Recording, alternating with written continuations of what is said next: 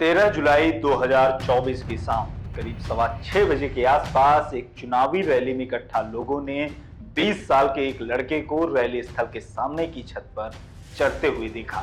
हाथ में थी एक राइफल। लड़का जो कभी स्कूल की राइफल टीम का हिस्सा बनना चाहता था और जिसे तब बैड शूटर यानी खराब निशानेबाज कहकर छांट दिया गया था, उसने फायर किया। कभी दुनिया के सबसे ताकतवर इंसान रहे और फिर से उसी रेस में शामिल डोनाल्ड ट्रंप पर। गोली डोनाल्ड ट्रंप के कान को छूती हुई निकल गई। सेकंड की 10वें हिस्से पहले अगर ट्रंप ने अपना सिर घुमाया न होता तो बड़ी अनहोनी हो सकती थी। हिंदी में एक मुहावरा है, बाल बाल बचना।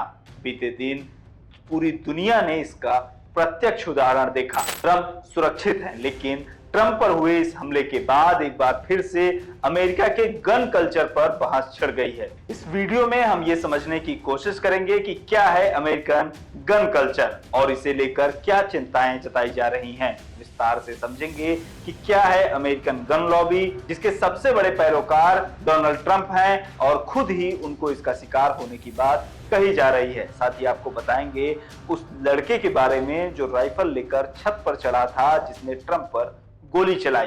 उसके बारे में क्या क्या पता चला, उसके बारे में भी हम बताएंगे आपको इस वीडियो में विस्तार से। 13 जुलाई 2024 को ट्रंप पर हमला हुआ। गोली ट्रंप के कान को छूते हुए निकल गई। उनके चेहरे पर खून लगा हुआ था। तस्वीरें सोशल मीडिया पर खूब वायरल हुई। जिसने भी तस्वीरों को देखा या इस खबर के बारे में सुना, सबके मन में दो सवाल आए कि किसने किया और क्यों किया। इसमें से पहले सवाल का जवाब तो मिल गया है, लेकिन दूसरे सवाल के जवाब की तलाश जारी है। जैसे ही ट्रंप पर गोली चली, उनकी सुरक्षा में तैनात सीक्रेट सर्विस के स्नाइपर्स ने काउंटर फायरिंग की, जिसमें हमलावर मारा गया। अब तक जो जानकारी सामने आई है उसमें यह पता चला है कि सुरक्षा में तैनात सीक्रेट सर्विस एजेंट्स को सामने हो रही हलचल का भान हो गया था। उन्हें पता चल गया था कि सामने की बिल्डिंग में कुछ गड़बड़ हो रही है।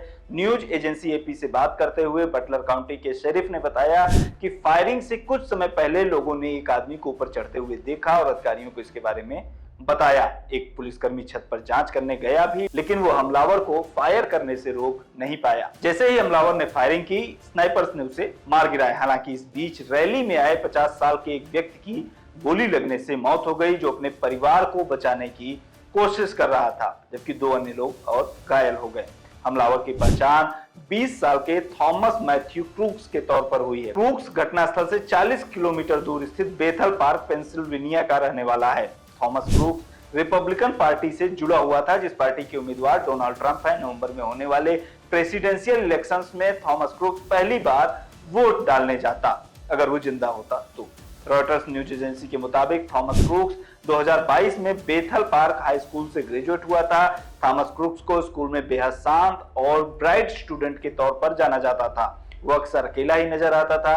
उसे कभी पॉलिटिक्स या डोनाल्ड ट्रंप के बारे में चर्चा करते हुए नहीं देखा गया था। उसके सोशल मीडिया प्रोफाइल्स पर भी कोई ऐसी चीज नहीं मिली है जिसमें धमकी भरी भाषा इस्तेमाल की गई हो या फिर ऐसी चीजें जिनसे मेंटल हेल्थ इश्यूज के बारे में पता चलता हो।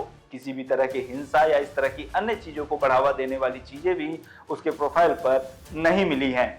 न्यूज एजेंसी एपी के मुताबिक अपने स्कूल के दिनों में क्रूक्स ने राइफल टीम के साथ जुड़ने की कोशिश की थी, लेकिन उसे सफलता नहीं मिली, क्योंकि उसे बैड शूटर यानी खराब निशानेबाज होने की वजह से टीम से बाहर कर दिया गया था। उसके क्लासमेट्स ने यह भी बताया कि क्रूक्स का इंटरेस्ट कंप्यूटर और गेम खेलने में ज्यादा था। थॉमस क्रूक्स ने अमेरिका के पूर्व राष्ट्रपति और वर्तमान रिपब्लिकन उम्मीदवार डोनाल्ड ट्रंप पर गोली क्यों चलाई, ये फिलहाल पता नहीं चल सका है। अब तक जो जानकारी सामने आई है उसमें इस पूरी घटना के पीछे केवल क्रूक्स के ही होने की बात कही जा रही है। इसमें किसी और के शामिल होने या किसी गैंग के शामिल होने की जानकारी भी अब तक नहीं आई है। यही माना जा रहा है कि वो अकेला ही था। फिलहाल सिक्योरिटी एजेंसियां इस बात की भी जांच कर रही हैं कि क्रूक्स उस बिल्डिंग की छत तक कैसे पहुंचा। खेती किसानी के टूल्स बनाने वाली कंपनी के प्लांट की छत पर जाने का एक्सेस क्रूक्स को कैसे मिला।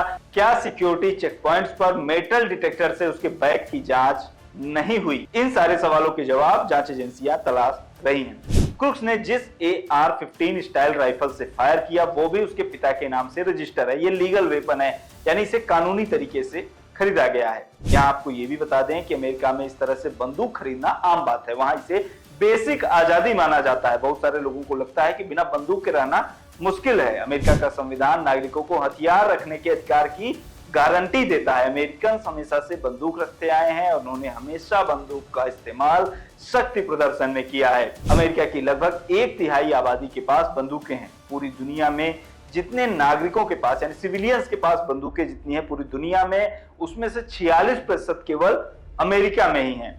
इतना ही नहीं, अमेरिका की सेना के पास जितनी बंदूकें हैं उससे भी ज्यादा बंदूकें अमेरिका के लोगों के पास हैं। तो इससे आप अंदाजा लगा सकते हैं कि अमेरिका के लोगों के पास कितनी बंदूकें हैं। हथियारों को लेकर अमेरिका में उस तरह के कड़े कानून नहीं है जिस तरीके से हमारे यहाँ है। बंदूक खरीदने के लिए 2 चीजें जरूरी हैं, उम्र 18 साल होनी चाहिए और अमेरिका की नागरिकता होनी चाहिए। अगर ये दोनों हैं तो आप किसी दुकान से जाकर बंदूक खरीद सकते हैं। कुछ सवाल पूछे जाते हैं, मतलब कभी किसी अपराध में तो नहीं दोषी पाए गए, मादक और गैर कानूनी पदार्थों का सेवन तो नहीं करते, या मानसिक अवसाद की समस्या तो नहीं है। इन सवालों का जवाब देकर आप बंदूक खरीदने के पात्र हो जाते हैं। अमेरिकी लोगों का बंदूकों से लगाव काफी पुराना है और लगभग हर दौर में इसे प्रोत्साहित ही किया गया, जिसे बाजार का खूब सपोर्ट मिला, जिसे धीरे धीरे ये रूटीन का हिस्सा बनता गया और इसे गन कल्चर कहा जाने लगा। हथियार बेचकर मुनाफा कमा रही कंपनियां क्यों ही चाहेंगे कि लोगों में बंदूक के प्रति दीवानगी कम हो। बंदूक बेचने वाली कंपनियों की गन लॉबी का अमेरिका की राजनीति में भी अच्छा खासा दखल है। वो भी उन्हें ही सपोर्ट करते हैं जो गन कल्चर के खिलाफ नहीं बोलते।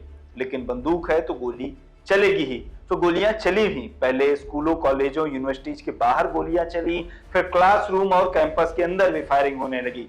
एक फायरिंग की घटना में दर्जनों बच्चों की लाशें गिरने लगी। कभी मानसिक अवसाद से ग्रस्त तो कभी छोटी छोटी बातों पर खुलेआम फायरिंग होने लगी।